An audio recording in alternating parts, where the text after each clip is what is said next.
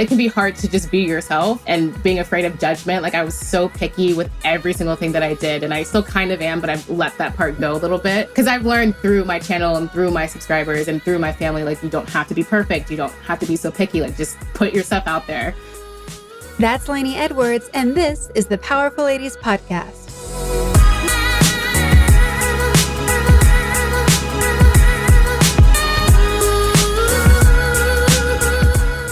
Hey guys, I'm your host, Kara Duffy, and this is the Powerful Ladies Podcast, where I invite my favorite humans, the awesome, the up to something, and the extraordinary to come and share their story. I hope that you'll be left entertained, inspired, and moved to take action towards living your most powerful life. Lanie Edwards is the creator of Life with Lanie, a YouTube channel and blog, as well as her clothing brand, Cozier. On this episode, we talk about her journey from high school YouTube star to the multidimensional creator she is today, how her brand, Life with Lanie, has grown up with her, and why it's important to keep trying new things that allow you to express your creativity, as you never know what might be your next business opportunity.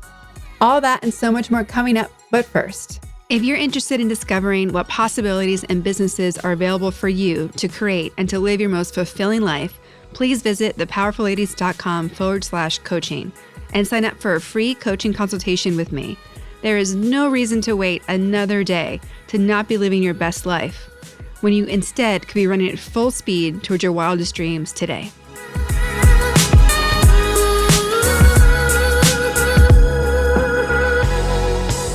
Well, welcome to the Powerful Ladies Podcast. Thank you. Excited to be here. I'm excited to have you. Let's begin by introducing yourself and telling everyone what you do. Sure. So I'm Lanie Edwards. I go by Life of Lanie as like my branding.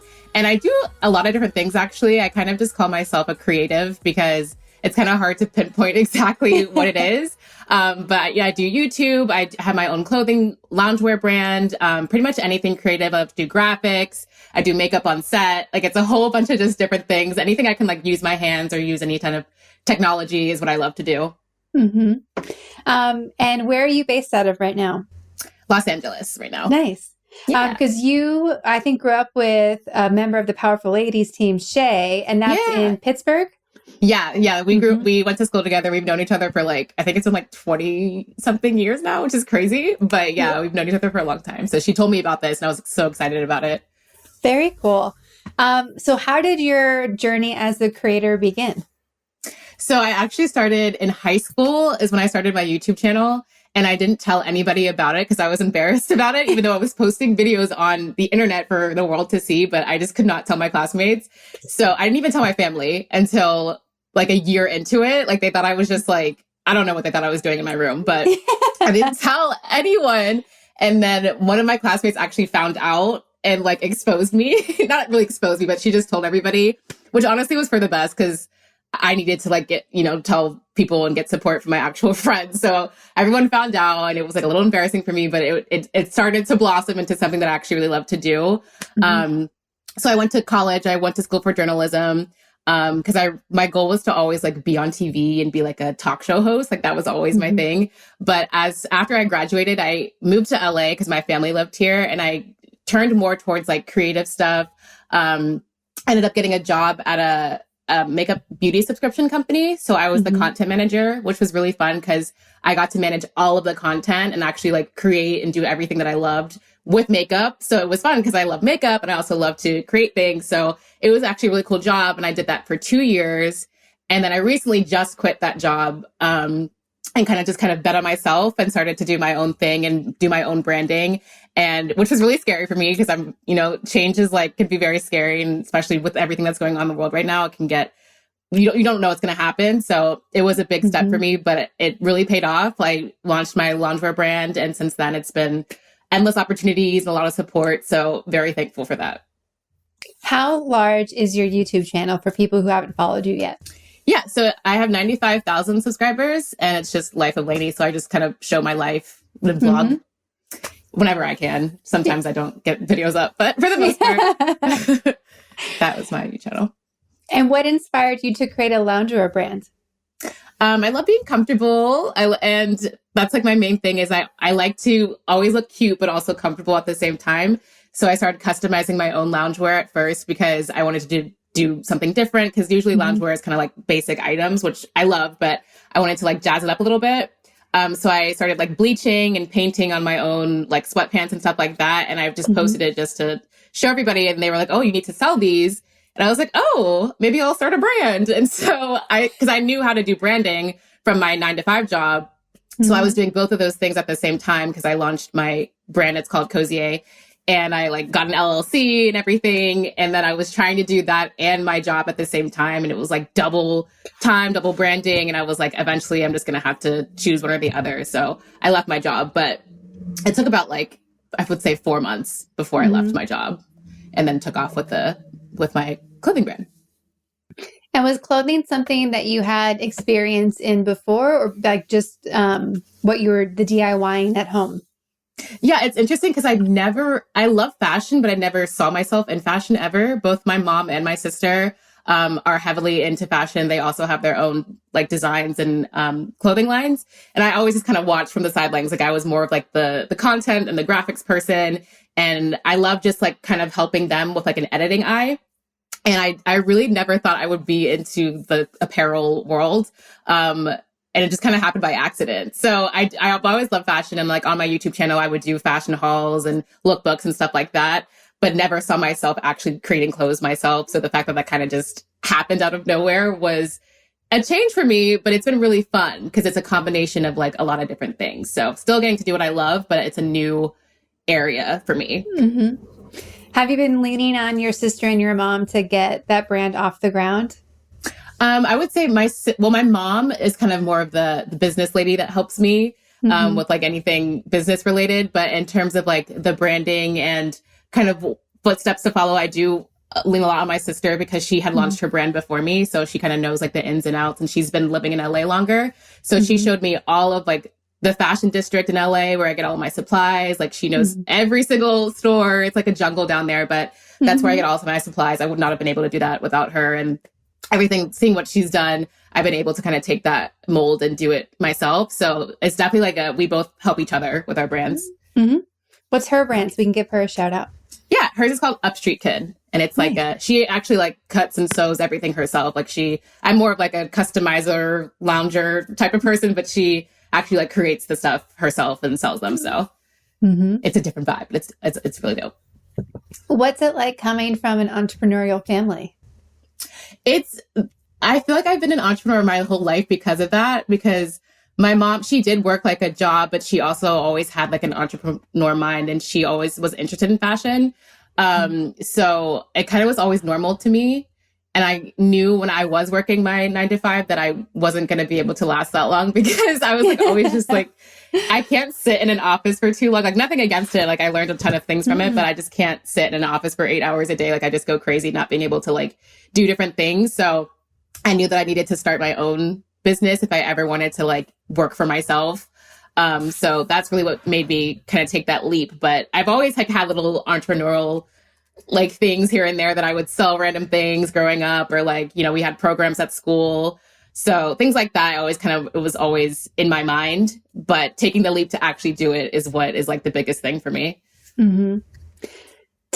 How has it changed having your YouTube channel from high school through now? And how has it changed you as a person?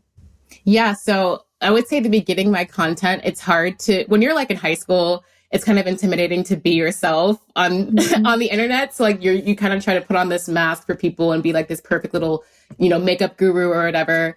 So I would say like pretty much all throughout high school, that's what I was. And then once I got to college, I started to find myself more and like figure out who I wanted to be and actually show my college life. Because really what I want to be to everybody is just relatable, like to people to know, like we're all normal, like we all go through similar things and no one's better than another person. So I just want it to be more of a relatable channel and not just like a mask of me trying to, you know, fake something. So I think over the years, it's really just become me and like a portfolio of my life, basically. On my channel. And I found that the audience response is a lot better just when you're yourself and you're relatable and you just, you know, show your life. So instead of like all the fashion hauls and makeup videos, it turned more into like just my lifestyle. I would say I've gotten less consistent over the years because I've been so focused on all these different things. Whereas in high school, I was able to really focus on it. But now going through college and then now being in my adulthood, it's hard to really just hone in on YouTube. So I still to this day, I'm trying to figure out like my scheduling and how I want to do it and where I want to take my channel. It's like constantly evolving. But for now, my goal is to always still just to, be relatable and show people my life and interact with people. That's my favorite thing. Mm-hmm. What made you fall in love with makeup at the beginning? So I remember I watched a makeup video on YouTube, and before that, I went to an all-girls school. Like, we really didn't wear makeup at all. So I didn't even like learn from my mom or anything like that. Like, we weren't really a big makeup family. I just remember being on YouTube one day and watching a random review on something, and this girl was like reviewing a product, and I was like, oh, I want to do this. This looks fun and easy. And I would just take all my allowance money and just go to Sephora and buy a whole bunch of makeup. I had no idea what I was doing or why I was doing it. Like, I didn't even use it because, as I said, I went to an all-girls school, so I didn't even wear the makeup at all. It was just for my channel. So I kind of forced myself to start liking it. But then once I started liking it, I actually fell in love with it. So then I started doing like freelance makeup. So like I'll work on music video sets and do like the makeup for them.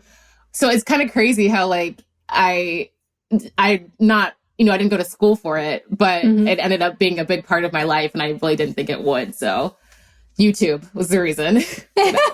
Yeah. YouTube was the inspiration and the path. Yep, exactly. Are you sharing what you're doing with your clothing line also through your channel on YouTube? So not yet. They know about it. Like, I've talked about it and shown them my designs, but I haven't actually shown them my process. A lot of people have been asking to see like the whole process. I obviously won't show them like the exact way I design it, but like, going to get the stuff and going through LA and like, showing myself working. So I have been working on vlogs doing that, but I haven't posted them yet because I'm so picky. Like, every time I'm just like, oh, I need to add more. But so they do want to see it. A lot of people have been asking for that content. So I'm just working on actually doing it. But this YouTuber recently, she has like 3 million subscribers, and she recently shouted out my brand because she featured it in a clothing haul. So, which was unexpected. So I have like this huge influx of orders, and I do it all myself. So they've been very patient and very amazing about it. It's been great. But like that kind of threw me off because now I'm like working on the orders instead of the content. So it's like one or the other kind of. But hopefully one day I'll be able to like get a team to help me out with all that kind of stuff so I can do both. But eventually I will be showing the whole process. Long story short. Yeah. For people who want to be on YouTube, but they're intimidated about it, how would you recommend they start? I would say now with like our generation and the generation below us, like I feel like people are a lot more accepting. It's not as intimidating. There's of course like there's cancel culture. There's a lot of, stuff that goes on, but I think that more people are not as afraid to be themselves. And now that we have like TikTok and Instagram and all these things, there's just so many platforms that like, I feel like no one's really afraid to just post anymore. Whereas back in the day, it was like, oh, like, let me just post a little video and see what happens. But, I would just do it. Like, even if you don't, live in LA or like think that your life is like super crazy, people just want to see like what you're doing. Like, they just want to be able to watch something. And like, if you have a great personality, if you're really funny, like people just everyone has their little niche that they like to watch. Cause like there's ASMR, there's makeup, there's fashion, like there's a whole bunch of different niches on YouTube, but I'm sure like you can find yours. So once you find like your niche, just start posting. You have to be consistent in the beginning, at least. You should always be consistent, but I can't say that because I'm not anymore. But in the beginning, you should be really consistent and like just promote as much as you can. Try to get your friends to promote for you.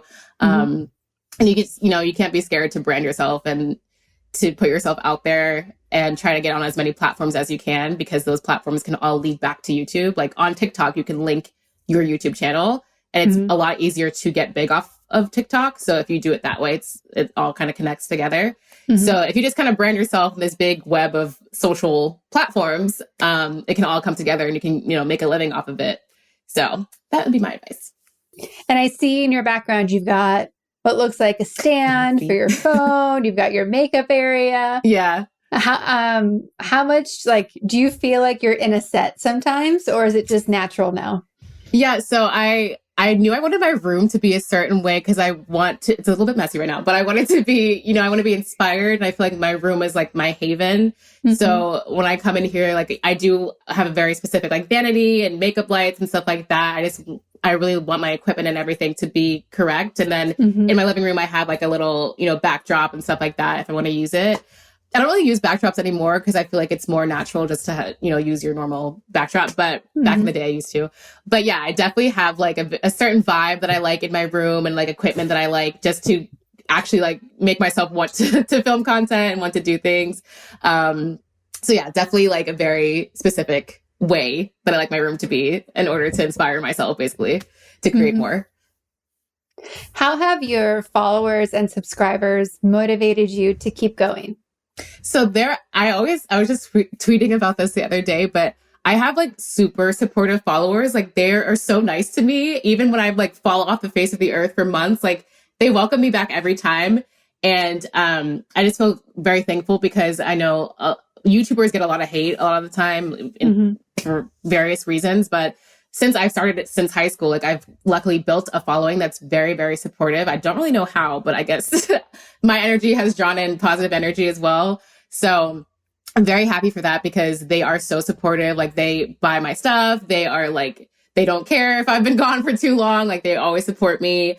If I'm ever feeling down or anything like that, like they always in the comments, it's just such a positive area. Which I really love. That's what makes me want to keep posting for them and interacting with them. And I love talking with them. Like I always ask them to DM me or if any questions or stuff like that. So just the fact that it's such a positive, like subscriber base is what's really, really motivating for me. I'm really happy that I was able to like build such an area of positivity on my channel.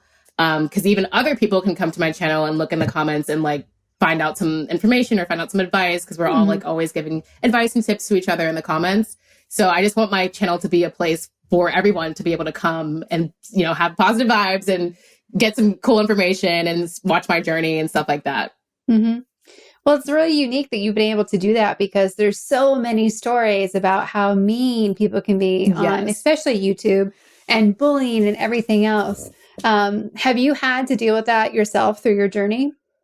I would say like not that much because, but another thing is like, I don't think that I put myself out there as much as other YouTubers do. So I feel like if I did, I probably would get more hate because I would say I'm more of a filtered person just in general. Like I don't really share that much with the world. I'm more of like a closed off person, but I think the more that you share with the world, the more hate you get. So I think that's probably why I've been kind of more lucky. But at the same time, I do feel like I do need to share more with people so that they can get to know me better. But yeah, I would say I haven't really faced that much hate. And if I did, I don't even know how I would handle it. So that's an interesting part of my life that I'm probably going to have to face at some point. Luckily, I haven't had to face it yet, but I'm sure at some point, everyone has to deal with some type of thing like that. So we'll see. But so far, I think if I put myself out there more, we might run into that, but we'll see. So far, so good. Good. Yeah. How has this crazy, multifaceted year that is 2020, how has it impacted you personally and how has it impacted you professionally? Yeah. So personally, I love the outdoors. I love being around people. I'm a Taurus. Like I just love the earth. I love, being in nature and stuff like that. So at the beginning when we were on lockdown, it was really tough. Luckily, I live with my sister and we get along. So it was easy to kind of at least have another person. And we ended up getting a kitten and just like trying to make it work and cooking more and stuff like that. So at the beginning when the pandemic hit and it was like a huge lockdown, kind of just trying to find ways to keep myself sane. And the brand actually really helped because I was able to focus on just creating clothes and she was also creating clothes. So it was just a big creative hub in our apartment. So personally, I mean, now that things have died down a little bit, whenever I go see people, I get tested and everything, but it's gotten a little bit better because I've been able to be around people and like see my friends and family. So personally, it's been definitely a roller coaster of emotions for everyone. I think like we have no idea what's going on, but just trying to make the best of it always because, you only have one life. So just trying to adapt and make the best of whatever we can. And then professionally, it actually has helped me because I've been able to focus so much on this. I've been able to, brand myself more, get myself out there more, and in return have gotten more orders, was able to quit my job so that I can support myself with just my brand. So that in that professional way, it's been really great for me because I've been able to focus. So I think everything's moving in a very positive direction, despite the world not really moving in a positive direction, but just have to keep going and, do what you can. So at least I'm thankful for that. In addition to the positivity and like the grit and the safe space that you're creating, what else do you kind of put into your brands to be the change that you want to see in the world? Yeah, I really just want people to like feel themselves and be just like happy and comfortable with themselves. Cause I know that's something that I struggled with a lot growing up. Is just like, it can be hard to just be yourself. And being afraid of judgment. Like I was so picky with every single thing that I did. And I still kind of am, but I've let that part go a little bit because I've learned through my channel and through my subscribers and through my family, like you don't have to be perfect. You don't have to be so picky. Like just put your stuff out there. Cause I'm just very like, oh, what if they don't like it? What if they're going to judge me type of thing? So, I think I remember somebody messaged me and they're like, thank you for like including your bloopers in your videos because it's taught me like my videos don't have to be so perfect. Like people want to see the silly side of me. Like they want to see me just being a human. And I didn't even realize like that's an impact that I had on someone. Like I just include my bloopers because they're funny, but it actually like things that we're doing as creators and as like social media influencers actually have an impact on people. And I know that's what the term influencer means, like influencing people, but you don't really realize it until you get those kind of messages. And you're like, oh, that was such a small thing for me, but it was such a big thing for you. So just kind of continuing to just, do what I can and be myself and not, let judgment and all that and fear take over is a message that I really want to get out there because, it's always all in your head. We're all our worst enemies. So just like, if I hadn't put myself out there, if I hadn't, shown the creations that I made, I would have never started a brand or started a YouTube channel. So you just really have to just get past yourself, basically get over yourself, and put yourself out there. If you look back to 8-year-old you, would she have imagined that you're doing what you're doing now? No, she definitely would have imagined that I would be a talk show host. Like that was my thing forever. I was like, I am going to be a talk show host. And I still could, I'm not knocking it, but that was like my path from childhood until college. I was like, I'm doing everything, even the YouTube channel to get to that path.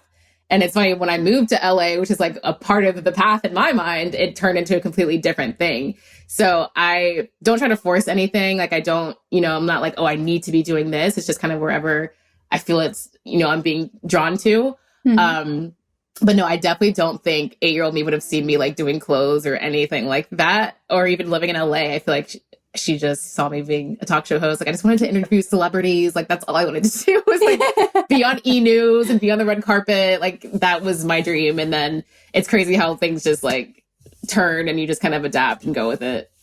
You still could be, as you said, who knows? Yeah. You never know. You never know. I'm not against it. When you think of the words powerful and the word ladies separately, what do they mean to you? And do they mean anything different when they're combined? Powerful, I feel like just means like being so comfortable with yourself and knowing who you are and like your morals and just standing with yourself, always kind of defending yourself and not letting, things knock you down. I feel like that's powerful. But it's funny because when I think of powerful, I think of women. So I think it does go hand in hand because we are so powerful. I had 15 years of like that being embedded into my brain because of the all-girls school, which I'm so thankful for. Because people always like to kind of make fun of you if you're like, oh, I went to an all-girls school my whole life. They're just like, oh, that must have sucked. But it's like, no, like the things that I learned and the women that I was surrounded with, I wouldn't change for the world because I'm still friends with all of them to this day. So our class is really small, but I'm like, we go on trips once a year, like we still try to see each other. So just like the bond that we have as women, I think is so much power. Like we just hold so much power in every aspect of the world, whether people see it or not, like we do. And so, I mean, we literally give life. So there's nothing more powerful than that to me.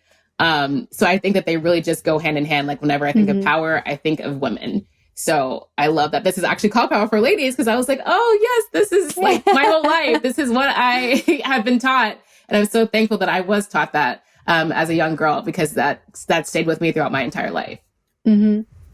How do you think your perspective of going to an all-girls school and seeing from an early age that there was much power in women, how do you think that has influenced your perspective on things like the Me Too movement and modern feminism? Like, how do you relate to all of that with that background? So I think my whole background has been very like women empowerment the whole way through. My mom was actually like the main, like usually, back then, like the families, it was always like, the father is a breadwinner, the mom stays at home. But it was a complete opposite for me. So I had a completely different upbringing. Like my mom was the main breadwinner, and then my dad like took care of us, was, making us dinner, that kind of stuff. So from an early age, like I always just saw my mom like being so powerful, and I was like, this is just how it's supposed to be. Like there is no really gender roles. Like we're just all, doing, what we wanted to do. So translating that into the all-girls school, and then, with all the Me Too movements happening and every movement happening with women, it feels like it's not an endless battle, but it's just like a constant battle. But we definitely have made strides. Like obviously there's still the wage gap. There's still like so many things that to me, it's hard to wrap my mind around, because it's like, we're all just humans. Like what's making sense here? But I think that we can't just, it's a never ending kind of battle, but it's something that is empowering because we all come together. So to see, women come together and even men supporting us with the movements, it's all great to see. And now with social media and with Twitter, like it's constantly in your face. So it actually can get a little exhausting sometimes, just being a woman in general. It's like, I have to fight to be a woman today. Like it can be exhausting, but I think it's just kind of like a never ending movement between all women, that we're constantly uplifting each other and being there for each other. I think is so important. Are you hopeful with all of the social injustice is such a huge discussion in our media today and in our just community conversations? And honestly, I think that's the benefit of what's been going on, is that we are bringing these things out into the light. Right. Are you hopeful that things are going to change for women, for minorities, for anybody? Yeah, I think I am hopeful because of our generation and of the generation like below us. I am very hopeful because I see a shift versus our parents' generation. Like I feel like the culture is just so different now. And I think that like, at least in my realm of things, like just seeing the shift of like people's mindsets, I think is very encouraging and optimistic. So I am very hopeful about it, because I feel like people are just not taking it anymore. And like, they never really did, but it's more publicized now, with like social injustice, with, cops killing people. Like it was never tolerated, but now that it's shown more, like you can just see all the protests, you can see everyone coming together. So I think that with people being able to see that, they're also able to kind of jump in and know what's happening. So that's like the benefit of social media and this big bubble that we're in.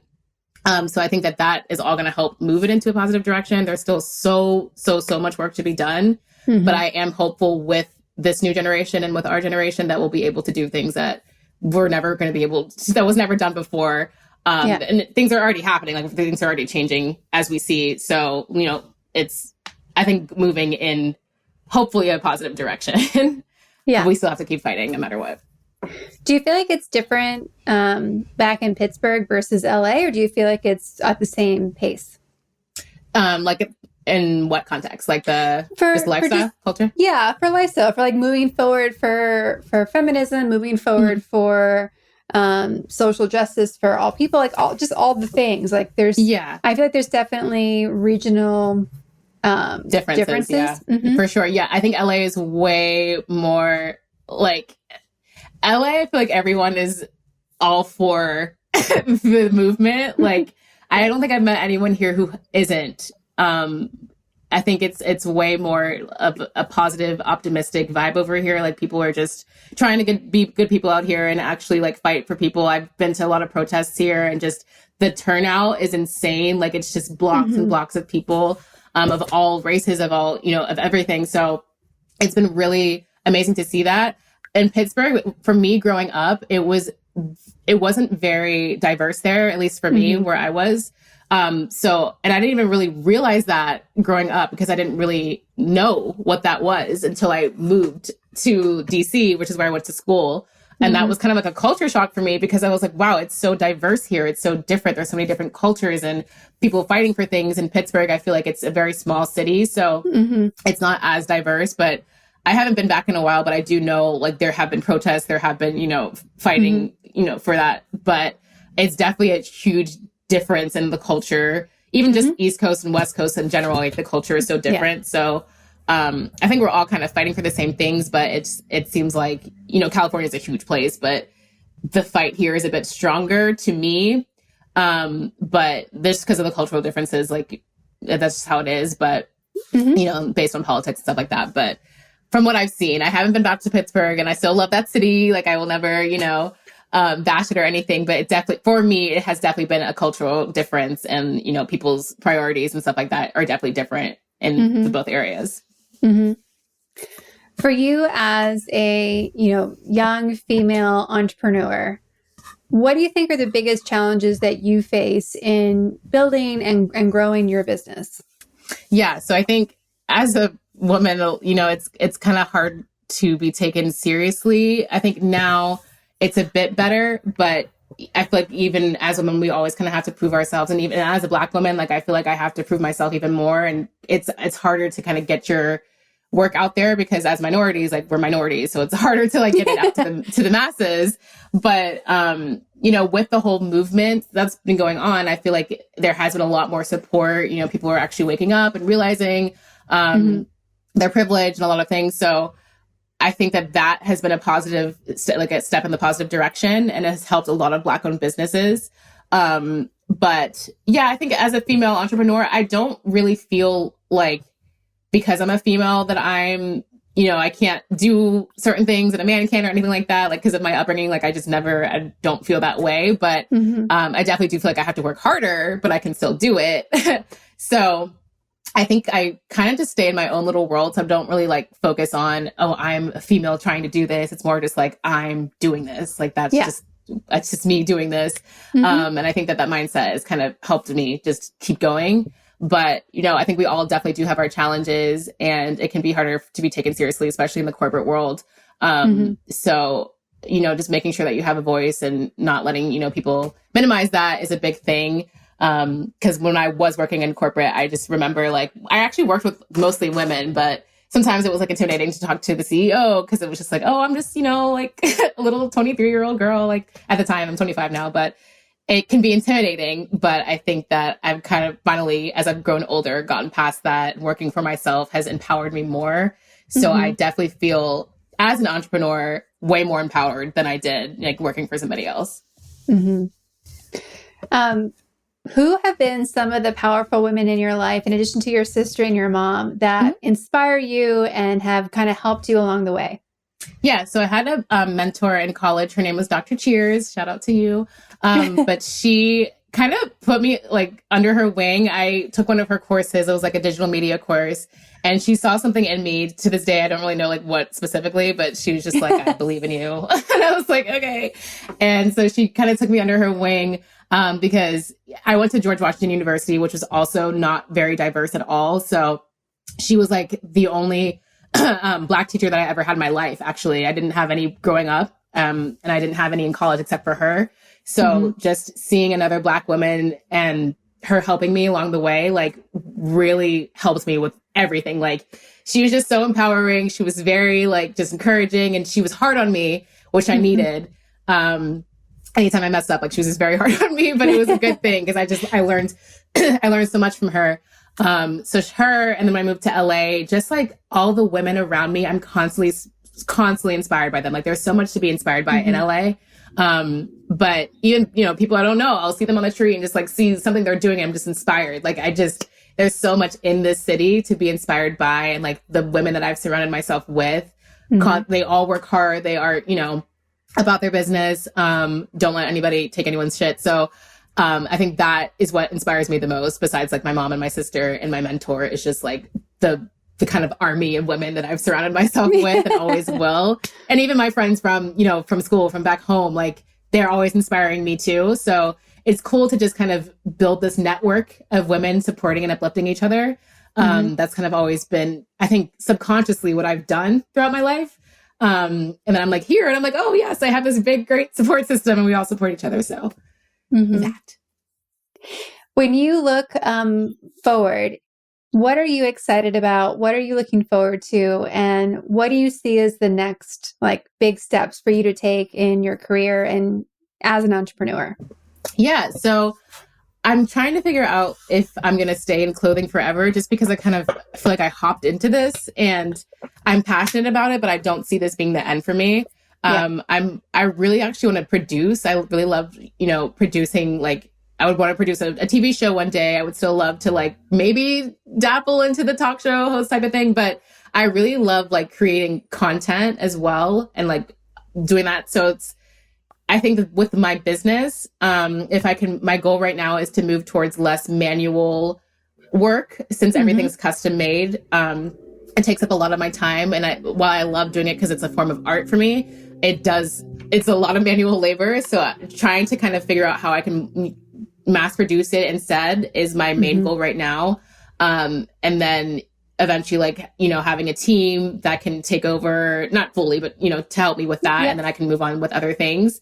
Cause I'm the kind of person that like, I just don't like to focus on just one thing. I love to do as much as I can like within this life. So, me too.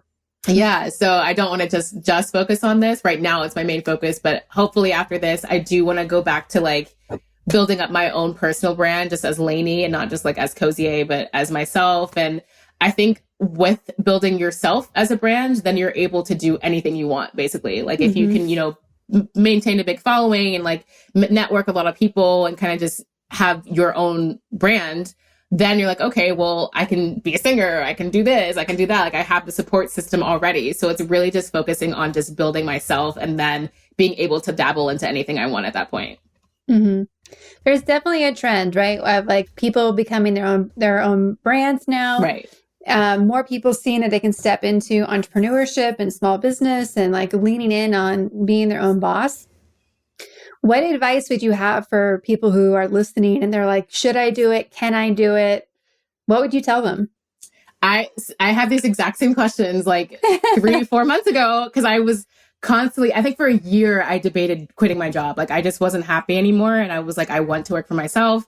I remember just being like, how am I going to pay my bills? How am I going to do this and that? And it was just so much pressure that I was putting on myself. But I was like, I realized I was like, if I'm helping this brand so much and like they are growing so much because of like the work that I'm doing, if I just do that same work for myself and put in the same hours, like eventually something positive is going to happen. Like I can do that too. So I did save up some money. I would recommend saving up before you just quit your job because especially in like this pandemic, like you definitely need to, have some type of plan. But I just tried to save up as much as I could. And then I remember talking to my mom and I thought she was going to be like, no, don't quit your job. But she immediately was like, yeah, quit your job. Like, what are you doing? And I was like, oh, well, if my mom says I can quit my job, then I'm going to quit my job. So she literally was like the tipping point for me because I was like thinking about it for so long. And when your own mother is like, oh, you should just quit your job and just bet on yourself. I'm like, okay, well, if my mom said it, I'm just going to do it. So I did it. And it was scary at first because I'm very afraid of change. Like just when things change, I'm like, what is happening? So it takes a lot for me to adapt sometimes, but every time I've had to have a big change, it's always worked out for the best. So I'm learning that every single time. So by me leaving that job, it just everything, like so many opportunities opened up like immediately almost. And you can't really predict what's going to happen or really set yourself up fully, but try to set yourself up as much as you can, save up as much as you can, and then invest in the right things, like build like a support system that can help you and help you make the right decisions. Cause it's not just you, like you don't have to be alone or try to make all these decisions by yourself. Talk to people who have already done it before. Like I talked to a bunch of people that had already quit their job and they all had ended up, being way better. And in LA, it's like, it's not easy to find opportunities, but there's just so many opportunities that you can find something. So yeah, it's scary. It's very, very scary. And you kind of don't know what's happening sometimes. But for the most part, if you really just put in that same work that you have been putting into somebody else's brand or somebody else's company, and sometimes double time that work, but it will work out. There's no way it can't if you're working that hard and making the right moves and kind of just being smart with it. you will be absolutely fine. Mm-hmm. If not even better. Yeah. No, I couldn't agree more with the power of a community. It's why we created the Powerful Ladies one, because Right. there's, as an entrepreneur, it can be so intimidating and scary. And there's like such a roller coaster ride. Yeah. So when you're able to surround yourself with other women in particular who are going through it with you, it changes things. Like you can trade ideas and you can like, I need this. Who has this? Oh, I've got that. Yeah. And just being able to ask the questions that you might be afraid to ask anyway. Because, you know, sometimes being an entrepreneur, there's a whole element of like shame and guilt about it. Yeah. Because you're like, I don't know if I know what I'm doing. There's founder's fraud. There's, you know, we get nervous to ask the questions that we need to ask for our business to survive. And there's something empowering of like being around other people who are in it. We were like, okay, well, if they ask that question, I'm going to ask mine now. Absolutely. And it's just cool to like see everyone rising together. Cause it's, I don't know, I like building things with people. So being able to do it together is just a lot more fun. Yeah. You saying like, cause back like when I had my job, when people would ask me what I would do, I'm like, oh, I'm a content manager for Live Glam. Like that was my identity. That was what I was. And now when people ask me what I do, I'm just like, I'm an entrepreneur. And like, I feel like the word entrepreneur to people now is just like, I don't think it has a negative connotation, but it's just like, okay, but what do you really do? Like, it's hard to kind of describe like having an identity versus like, oh, I'm a creative. Like, you know, I just have a laundry brand. I do this and that. So I think that part I really struggled with because I was so used to just being like, I'm a content manager. Even like trying to like find a new apartment. It's like, oh, what do you do? Like, where's your pay stubs? Like stuff like that. It's a bit harder as an entrepreneur, but it all kind of works out. But it's just like, you kind of have to go through some different, you know, whirlwinds to get where you're going versus like having that 9 to 5 and being like, I do this, here are my pay stubs. So that part I'm kind of like learning along the way. But for the most part, I wouldn't trade it for the world. Like I get to make my own schedule. I get to enjoy the beach every now and then. Living in LA, that's why I moved here, like to enjoy the weather and the beach. So that part is what makes it all worth it for me. Yeah, there's definitely a little bit of blowback in the sense that the word entrepreneur is treated a little bit like the word influencer is. Yeah. Where it's like, oh, cool, you're someone who does nothing. Awesome. And you're like, no, exactly. That is the opposite of what we're doing. Yeah. I know. There's, even when we look at like our marketing that we're doing and the content we're making on the Powerful Lady side or on the Kara Duffy brand side, we are stepping back from using the word entrepreneur too much because a lot of people, even if they are technically an entrepreneur, they would never call themselves that. So it's like small business owner, your own boss, like having to put all these other terms in. So people are like, oh yeah, that's me. But that scary, big, like E word I can't spell, that's not me. Same thing. Yeah. I think the word small business has been like the biggest like buzzer keyword the past like pandemic. Like it's like, I'm a small business owner, I'm this and that. That has really become in place of entrepreneur, I feel like. Yeah. It's like a huge keyword now. So yeah, I definitely have been using that more than entrepreneur because it's just like, I feel like it's not taken as seriously. Yeah. And it's not, it seems like it's almost respected more than entrepreneur, which is so silly because it's the same definition. Yep. I know. We ask everybody on the podcast where they rank themselves on the Powerful Lady scale, with 0 being average everyday human and 10 being the most powerful lady possible. Where would you rank yourself today? And where do you think you would rank yourself on average? Okay, today I'm feeling like a 6, but on average, I feel like I teeter between like a 4 and a 5. Because today I'm feeling like a 6 because I just feel like my life is moving in such a positive direction and everything that I'm doing is a result of me being a powerful woman. So I have I'm like staring at my orders that I have to do. So I'm like, oh, I have all these, you know, positive things happening and I'm, you know, doing all these orders and people are excited to get them. And I just feel like that power that holds is very exciting.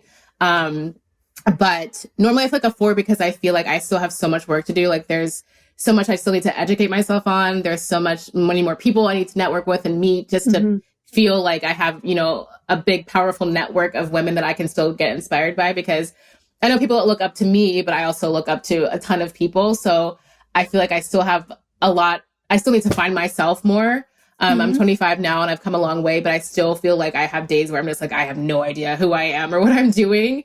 And I think that when I look at other people, a lot of people at least seem to know exactly who they are and exactly what they're, what they stand for. And I feel like I'm still kind of figuring that out. So I feel like when that comes, I will feel more of like a powerful woman.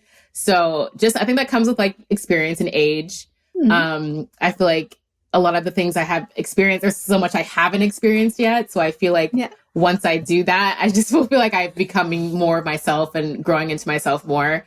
But since I feel like I live in such a bubble right now with everything going on, I feel like I've kind of halted because I'm just like, I feel like kind of like at a plateau basically, because I'm just like, it has been like a lot of mental growth with, being by yourself most of the time, but I still just feel like there's a lot more to learn and to experience. So once I do that, I do feel like I'll feel more powerful and become more of who I am. But yeah, I think that's going to come with just time and experience. Yeah. No, it's like an ongoing scale, right? Like I'm so fascinated by the answers that people give to that question on this podcast, because I've had people say they're 15s and other people be like, I'm a 1. And you're like, you're all powerful. Right. Like, it's easy for like other people to look at someone else like, what? You're so this. But as I said, like, we're our biggest critics. So it's hard to like, feel that way. But because you see other people and you're like, oh, she is so powerful. Like, she's so confident. She's this. And especially with Instagram, it's like, oh, look at all these confident people all over the screen. Like, you get kind of lost into that because you're just like, well, you start comparing yourself and all those kinds of things that just kind of happen. But that's kind of like the downfall of like having all these social media platforms is like the comparison and like thinking, she's way more powerful than me, like that kind of stuff. But I think you really just have to hone in on yourself and like just stay, focused, and whatever is powerful to you being a powerful woman is what it is. Like, there's no actual definition of what that is. So however you feel about it is what you are, kind of thing. I love that. Yeah. Well, as we are wrapping up today, are there any last words of advice or wisdom you would love to give everyone listening? Quit your job if you hate it. And I promise you it's going to be okay. If you have any questions, you can always message me. I've been getting a lot of that. So I'm all for just living your life. Like, that's been my biggest thing that I've learned this year is like, I never just want to be stuck in a situation that I don't want to be in, because we literally only have one life. And I know it sounds so corny and all that kind of stuff, but like you literally just have to live your life how you want to, because I know it's easier said than done, but any decision that you can make to make yourself happy and to better your life, you should do it, and just kind of, you'll figure it out either way. But I'm just really big on like, you needing to be happy and live the life how you want to live, because if you don't, like, it's just, what have you been doing your whole life kind of thing. So really anything that you can do, even the smallest things that you can do to improve your life, improve your mindset. I've been trying to read more and like do things to like stimulate my mind more, so I'm not like, becoming a little shell. But yeah, I'm just very big on like living your best life, basically, because we only have one. So anything that you can do to do that, I highly encourage you to do it. I love that. I agree. Be intentional, right? Yes, exactly. It's way more fun, as you said. Way more. I'm like, yes, I can go to the beach today. I can do. It's still work hard, but work hard, play hard type of thing. I'm big on. Me too. Yes. Well, it has been such a pleasure to meet you. Thank you so much for spending time with us today. And I can't wait to share you with the whole audience. Yay. Thank you. This has been amazing. It's been great to meet you guys. I've heard about you, so I'm just like, yes, I feel like I get to talk to them. So super excited about this. And thank you so much for having me.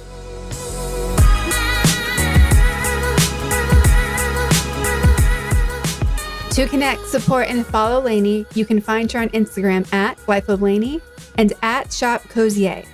And of course on YouTube at Life of Lanie.